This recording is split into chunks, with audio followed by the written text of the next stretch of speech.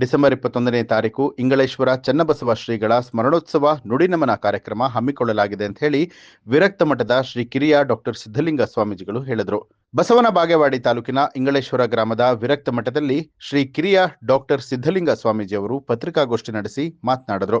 ಪೂಜ್ಯ ಚನ್ನಬಸವ ಸ್ವಾಮೀಜಿಯವರ ಸ್ಮರಣೋತ್ಸವದ ಹಿನ್ನೆಲೆಯಲ್ಲಿ ವಿರಕ್ತ ಮಠದಲ್ಲಿ ಭಾನುವಾರ ಬೆಳಗ್ಗೆ 10 ಗಂಟೆಗೆ ನುಡಿನಮನ ಕಾರ್ಯಕ್ರಮ ಹಮ್ಮಿಕೊಳ್ಳಲಾಗಿದೆ ಅಂತ ಹೇಳಿದರು. ಈ ವೇಳೆ ಮುಖಂಡರಾದ ನಿಂಗಪ್ಪ ಬೊಮ್ಮನಹಳ್ಳಿ, ಸುಭಾಷ್ ಸಿಂದಗಿ, ಭೀಮರಾಯ ಬೈಚಬಾಳ, ಜಗದೀಶ್ ಬೇವೂರು ಸೇರಿದಂತೆ ಇತರರು ಉಪಸ್ಥಿತರಾಗಿದ್ದರು.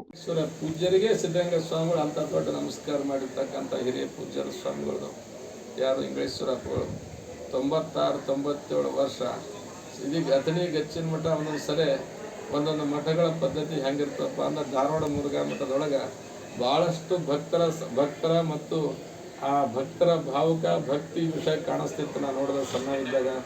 ಅದು ಬಿಟ್ಟರೆ ಸಿದ್ಧಲಿಂಗ ದೊಡ್ಡಪ್ಪ ಇದ್ದಾಗ ಇತ್ತು, ಈಗೂ ಅದ. ಆದರೆ ಆ ರೀತಿ ಇರ್ತಕ್ಕಂಥ ಅಥಣಿಯ ಮುರುಘೇಂದ್ರ ಶ್ರೀಗಳ ಸಾಂಪ್ರದಾಯದ ಜನ ಸಂಪೂರ್ಣ ಇಂಗಳೇಶ್ವರ ಮಠಕ್ಕೆ ಶಿಫ್ಟ್ ಆಗಿತ್ತೇನಪ್ಪ. ಹುಡುಗರು ಮಡಿಯವರಿಗೆ ಸೇವೆ ಮಾಡ್ತಕ್ಕಂಥವ್ರಿಗೆ ಎಷ್ಟು ತ್ರಾಸಾಕಿತ್ತಪ್ಪ ಅಂದ್ರೆ ಊಟಕ್ಕೆ ಬರೋ ಮಂದಿಗೆ ಊಟ ಕೊಡೋದು ಮತ್ತು ಇದನ್ನು ಮಾಡೋದು ನೋಡಿದ್ರೆ ಅವ್ರು ಎದೆ ಹೊಡ್ಕೊಂಡು ಎಲ್ಲರೂ ಹೋಗಿ ಮಗ್ಗಲ್ಲಿ ಕುಂದ್ರದೇನಪ್ಪ ಅಂತ ತಿಳ್ಕೊಂಡು 4-5 ಜನ ಸೇವಕರು ಹಂಗೆ ಮಾಡ್ತಿದ್ರು. ನನಗೆ ಅನಿಸಿದ ಮಟ್ಟಿಗೆ ಅವ್ರಿಗೆ ಹಣ್ಣು ಬರೋದನ್ನು ನೋಡಿದ್ರೆ ಸುಮಾರು ಒಂದು 4-5 ಟ್ಯಾಕ್ಟ್ರ್ ಮ್ಯಾಗ ಹಣ್ಣು ಬಂದಿರ್ಬೇಕು. ಅವ್ರಿಗೆ ಅಷ್ಟೆಲ್ಲ ಹಣ್ಣುಗಳನ್ನು ಬುಟ್ಟಿಗಟ್ಟಲೆ ಭಕ್ತರಿಗೆ ಕೊಟ್ಟು ಊರಾಗೆಲ್ಲ ಕಳಿಸಿ ನಾನು ದಾರ ಹಾಕಿಟ್ಕೊಂಡು ನಾ ಹಣ್ಣೇ ತಿನ್ನಂಗಿಲ್ಲಪ್ಪ ಅಂತ ತಿಳ್ಕೊಂಡು ಹೇಳಿ ಕಳಿಸ್ತಕ್ಕಂಥ ಪರಿಸ್ಥಿತಿ ಪೂಜ್ಯರು. ಅಂಥ ಪೂಜ್ಯರನ್ನು ನಾವು ಕಳ್ಕೊಂಡೆವು. ಅಂಥ ಪೂಜ್ಯರಿಗೆ ಶ್ರದ್ಧಾಂಜಲಿ ನುಡಿ ನಮ್ಮನ್ನು ಸಲ್ಲಿಸೋದದ.